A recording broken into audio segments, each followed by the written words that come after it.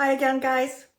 So I want to ask you a question, because when I started my development, I just loved to listen to the teacher. And because I had so much anxiety and so low self-esteem, I wanted them to talk forever before we start working, because I thought, oh my God, here comes the pressure. So it was so nice to just listen to the teacher. But what do you really want to know from the teacher? That's my question. I know what I wanted to know. I wanted to know the life story. I wanted to know their struggles. I wanted to know what made them keep going when everything was hard, when you almost want to give up. What kept them going? How did I find the confidence? How did I find the joy in the development? Because I remember my first 10-15 years, even though I was scared as hell, I was so enthusiastic about everything. And it was like, oh, I can feel the energy. Oh, look at this. I can see the aura between my fingers. And everything was so exciting. It was so much. I don't have that today because I got used to it. And when you get used to something and this becomes your job, even though I love it, it's like you have a tendency, I noticed, to forget the beginnings. So I really want you out there to tell me, what do you want me to talk to you about? If you have any specific topic, or if there is something specific you want to know about me, because I really am like an open book, I usually say that I'm too old to care too much today. I still care a lot. I'm a sensitive person. I wouldn't be able to do this work if I wasn't a sensitive one. But I have no...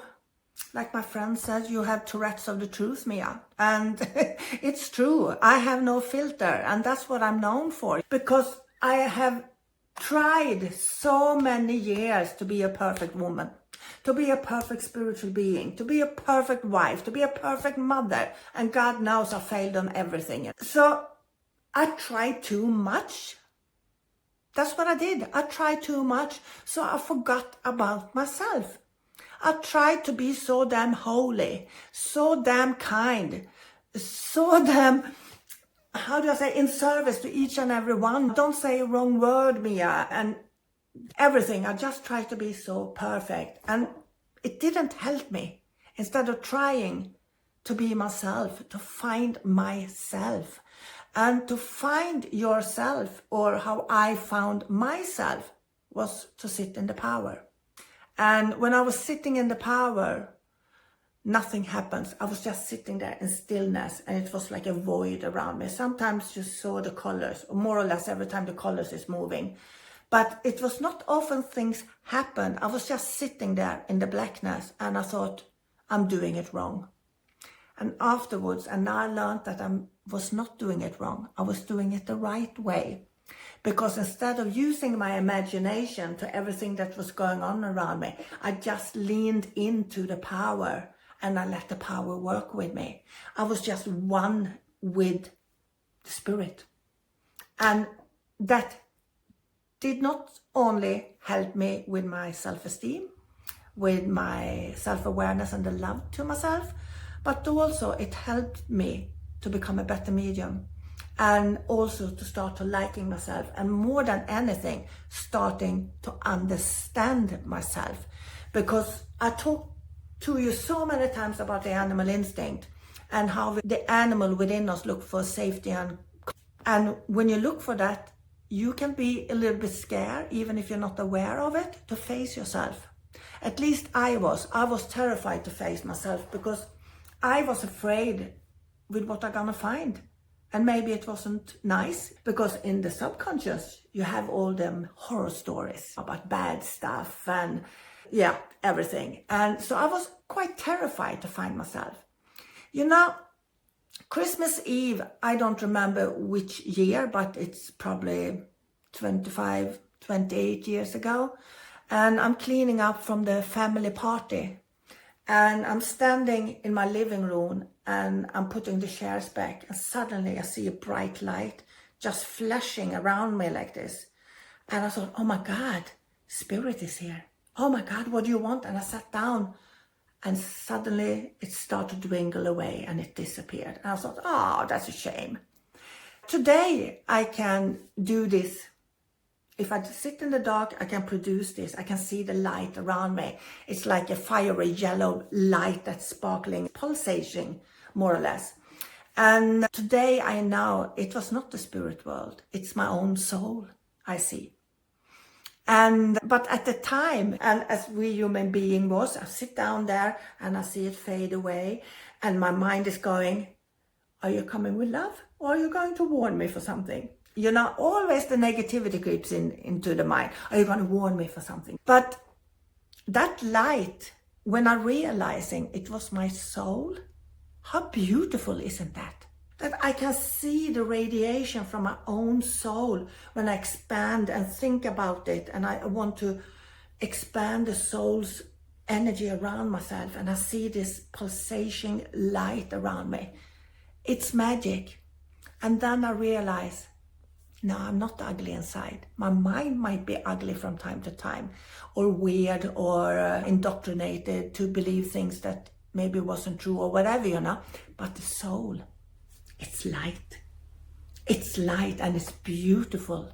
And that made me look at myself a little bit different, actually. And I'm realizing I have my light, but I also have my mind. How do I combine them and make a balance of it? It's not the easiest thing to do, no. Because the mind and the habit of thoughts and how you defend yourself with the animal instinct and you're meeting the world and maybe not so nice people all the time. It's not so easy to be love and light. And I really hate that phrase today. Sometimes you get emails and sometimes I hear people get emails and they are arguing and they might be quite nasty in the letters, in the emails. And they don't like things you've been saying or doing, how you're working or whatever. And they're really just criticizing you. And to the end it says, love and light. You want to give the fingers up to them, really? Because for God's sake, if you love and light, you wouldn't criticize. You send a nice letter and you sign it, yours sincerely instead. Love and light, yeah, sure. And I think that's maybe the hardest thing to be in this business is love and light. Because we are animals as well. And to go outside our comfort zone, to actually be nice when someone is not nice to you, it's hard. And it's very easy that your mind starts to think about how bad that person is and why and how do they behave like that. And I think that's the beauty of being a medium and done so many readings. Because you see the soul, that light I'm talking about. So when people are nasty, they're usually just insecure and have a lot of fear within themselves. And if you can understand that, you can understand them a little bit better. It doesn't mean that you have to hang around with them. And you don't have to say, I'm sorry to everything that they have done to you. You don't have to forgive, not in my book. You can understand it and leave it and go away from it. You don't need negativity around you. But it's not everything you can forgive because it has been so painful. It's good if you can do it. I believe that. It's really good if you can forgive everything because you will be happier within yourself. But there are certain things in my life I can't forgive, but I can understand it and not put any energy towards it, so to speak. That's a chapter. I close my book and leave it there. But if it would come up again, I'm not forgiving it. I'm just accepting it. And maybe I'm not that spiritual as people think then, but that's my belief system. And for example, when it comes to, for example, my ex-husband who abused the youngest girl who was 12 years old, I can never forget that action. No, I can't. You know, I can understand that he was sick. I can understand there's something wrong, but I can't forgive that, what he did. It's very hard. And as a mother, if someone would have done that to my children, I would probably go out and shoot him. Sorry, I wouldn't, but that's probably how my reaction would be. And I usually say, and there's only one thing I believe a mother has unconditional love to, and that's the children. And if they don't have that, there's something wrong with them, sorry. I believe so. Because the children, I will take a bullet for. not anybody else, but my children, I would do anything for. I would take a bullet for them. So it's very easy to say that, oh, I will do anything for everybody. But now when it comes to the crunch, I think the children is the only one I will take a bullet for. Not even my husband. Sorry, hubby.